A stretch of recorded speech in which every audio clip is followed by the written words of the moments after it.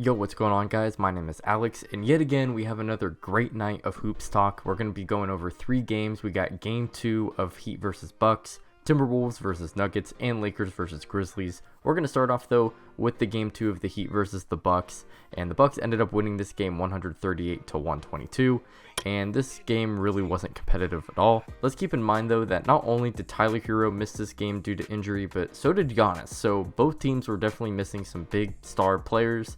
But even without that, the Bucks still managed to win this game. Looking back at game 1, the Heat were making all of their threes. I believe they shot like 60% from 3 last game. Now we look at this game, and although they did shoot 44%, it just wasn't enough because the Bucks were even better from 3-point land. They made 25 threes in this game and shot 51% overall from 3, and that was just a huge reason why the Bucks ended up pretty much blowing out the Heat. Joe Ingles went 5 for 6 from 3, and Pat Connaughton went 6 of 10 from 3, both of those players coming off of the bench. And the starters for the Bucks had a very healthy diet of players scoring the ball. Bobby Portis had 13, Chris Middleton had 16, Brook Lopez had 25, Drew Holiday with 24, and Grayson Allen with 16 again, and everyone just could not miss.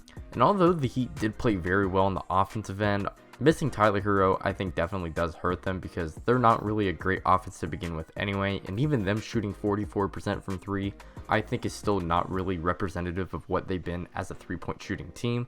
And now that you're missing Tyler Hero, I expect this to continue to get even worse as the series goes along. I believe I had the Bucks in 5. Obviously things are changing now though because of injuries, so who knows what's going to happen, but I think the Bucks still have the chance to even win the series. Even if Giannis doesn't come back, this team is just so great defensively, and if they're able to shoot the ball like this, which they've been some of the best 3-point shooting teams in the past couple of years, I think they'll be able to just get by just fine. Moving on into my favorite game of the night though, we got Minnesota Timberwolves versus the Denver Nuggets game 2. The Nuggets come out winning this game 122 to 113, and based off the first half, you would not have expected that score to be anywhere close. The Timberwolves in this first half of game 2 looked very similar to what they looked like in game 1, just very lackadaisical offense and not really playing that great a defense. The Timberwolves are a team who were scoring about 115 points per game, which is around that top 10 spot in the league, so they're definitely a good offensive team. But the fact that the Denver Nuggets were holding them to 80 points in game 1, that was just insane to me because again, the Nuggets are just not that great of a defensive team. At best, they are average. And then we get into this first half, and again, it's like more the same. Then we get into the third quarter, and the Nuggets just completely forget how to play basketball.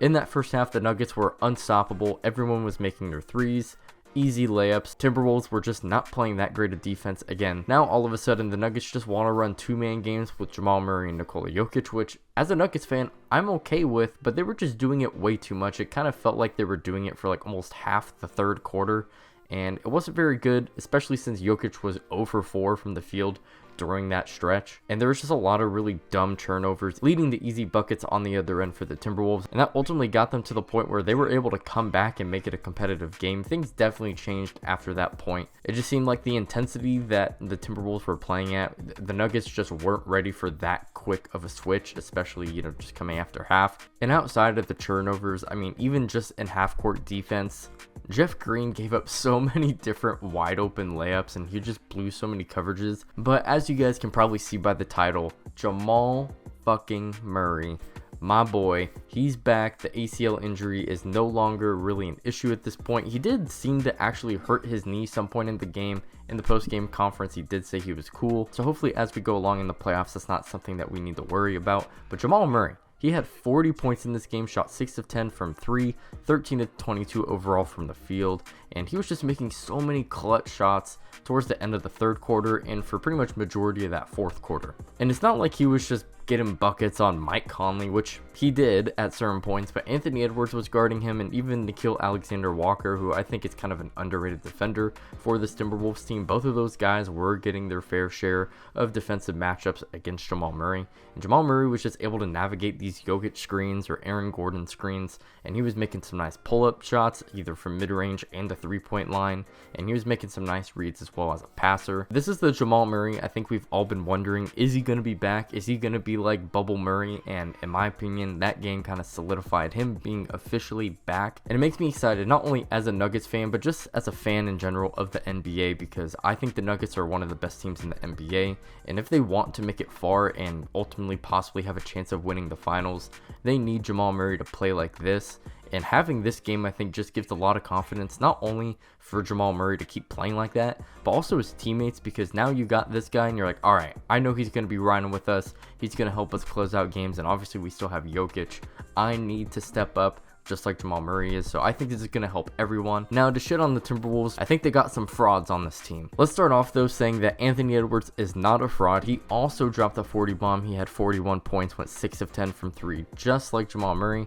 And again, I think he played some pretty good defense. He had 3 blocks in this game as well. I think he really did try his best on Jamal Murray. I would definitely say he did a good job. It's just Jamal Murray was just on fire. And it's the same thing for Anthony Edwards. Now, Karl Anthony Towns might be just the biggest fraud I've ever seen. I cannot believe that we're in postseason number 3 of Karl Anthony Towns, and he still doesn't understand how he needs to play in order to impact a team in winning a playoff game. In this game 2, Karl Anthony Towns only had 10 points. He shot 3 of 12 from the field, and he had 5 turnovers. As one of the better offensive players on this team, and again, you're missing Jaden McDaniels, you're also missing Naz Reid.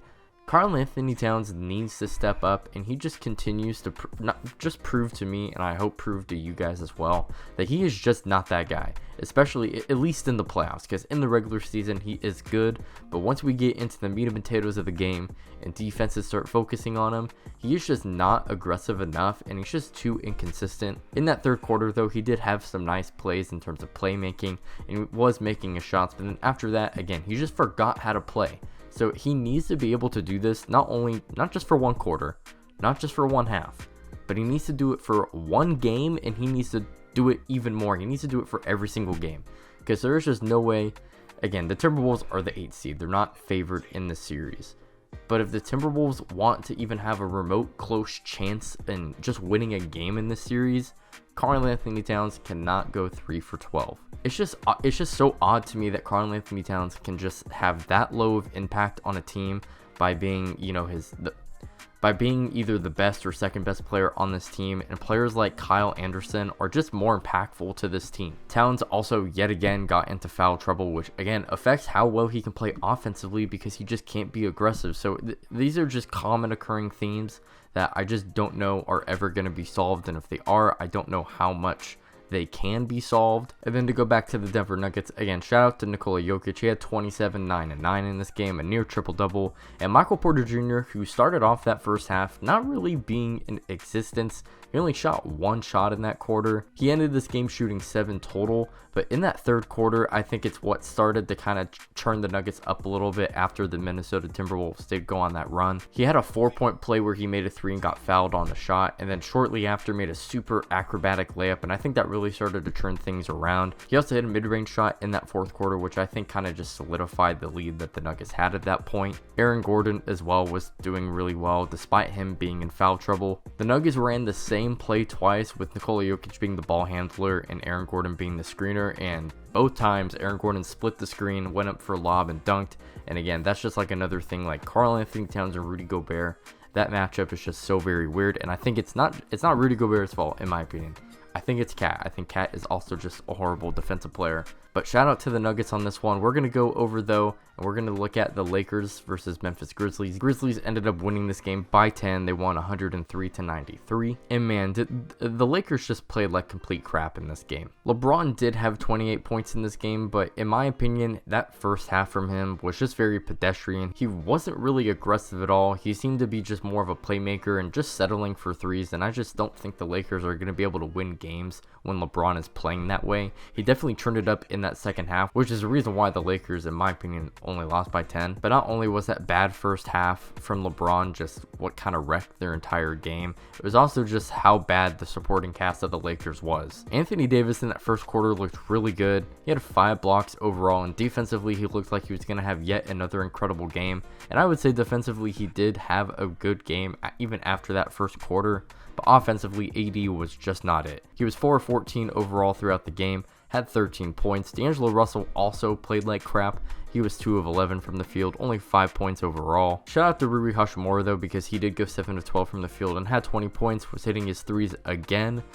So take that, Desmond Bane. But the one thing that really bothered me from this game is, again, going back to Anthony Davis, he just was not him on the offensive end. AD just has to be more aggressive. When you're watching, he's just like, he's either looking for the pass or he's looking for the double and just eventually just passing out. He's never really trying to attack the defense. He's just playing really passive. Again, he only shot 14 shots in this game. I think AD needs to take more shots, whether they're going in or not. Again, he went 4-14, but if you are a top 10 player, again, when you're healthy, you need to be acting like it, and he just wasn't acting like it, and that's not a good look, especially since LeBron was being passive in that first half. AD has to get his own during those times where LeBron just doesn't want to turn it up. AD has to be the #1 guy. Shout out to the Memphis Grizzlies though, because they didn't have Ja Morant in this game, and I think all of us could kind of agree that the Lakers should have won this game, but also on the other hand, the Grizzlies just historically have actually been pretty solid without Ja Morant, and I think a big reason for that is Tyus Jones and just how consistent he is of a point guard. And the supporting cast of the Grizzlies also really stepped up. Shout out to Xavier Tillman, who probably had his best game of his entire career. In this game, he had 22 points and 13 rebounds and was 10 of 13 from the field. There was a point in that first half where he didn't miss a single shot except for one shot at the end where he threw a half-court shot that beat the buzzer and it missed. And Xavier Tillman played some pretty solid defense, not only on AD but just as a team defender as well, so definitely shout out to X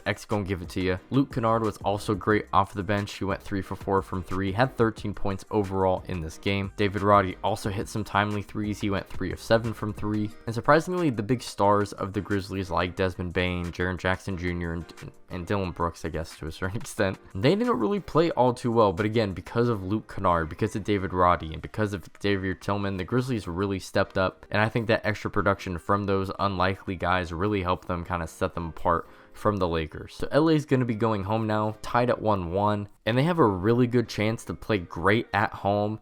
Again, we don't know the status of Ja Morant, so if the Lakers could potentially go up 3-1 in this series, that would tremendously help them. Again, I had the Lakers in 7 in this series, and a big reason for that was their size. Their size didn't really match up today. I think AD was just, again, very lazy, and Xavier Tillman just outworked him, outperformed them in this game, which is crazy to say. But hopefully, in a home environment, AD can be more aggressive. LeBron can also be more aggressive consistently throughout an entire game, and we'll just have to see what happens. But those are my thoughts on the 3 games that happened tonight. Let me know down below what y'all think. I'm going to be trying my best to keep doing these nightly recaps, so if you enjoyed, make sure to like and sub. I'm trying to get to 1,000 subs by the end of the year, so it'd mean a lot.